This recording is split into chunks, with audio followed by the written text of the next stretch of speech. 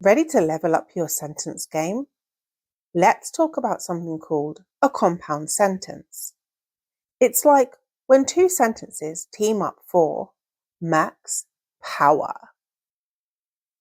I like pizza. I like pasta. Both are strong. Both can stand alone. But when they join forces, it's next level. I like pizza and I like pasta. Boom. That's a compound sentence. Two full ideas, one mega combo. So why do we use it? Because it makes your writing stronger, smoother, and more awesome. It's like turning two mini sentences into one ultimate boss sentence. Kind of like building a robot with two brains. So, next time you've got two ideas, put them together with the right gear, and boom, compound sentence.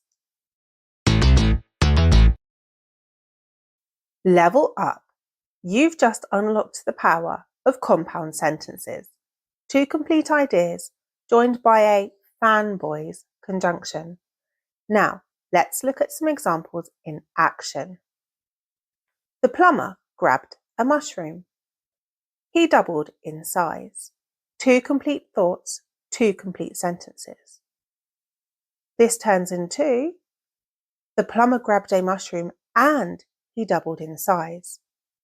Two complete thoughts joined with and. Next, I tried to sneak past the guards.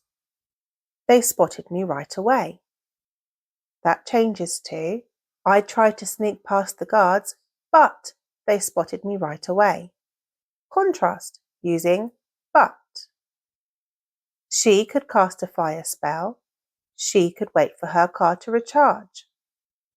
That turns into she could cast a fire spell, or she could wait for her car to recharge. Choice using or. Next up, we finished the level, we saved our progress. That turns into we finished the level, so we saved our progress. Cause and effect using so. The dragon looked terrifying. I didn't run away. This changes into the dragon looked terrifying, yet I didn't run away. Unexpected twist using yet.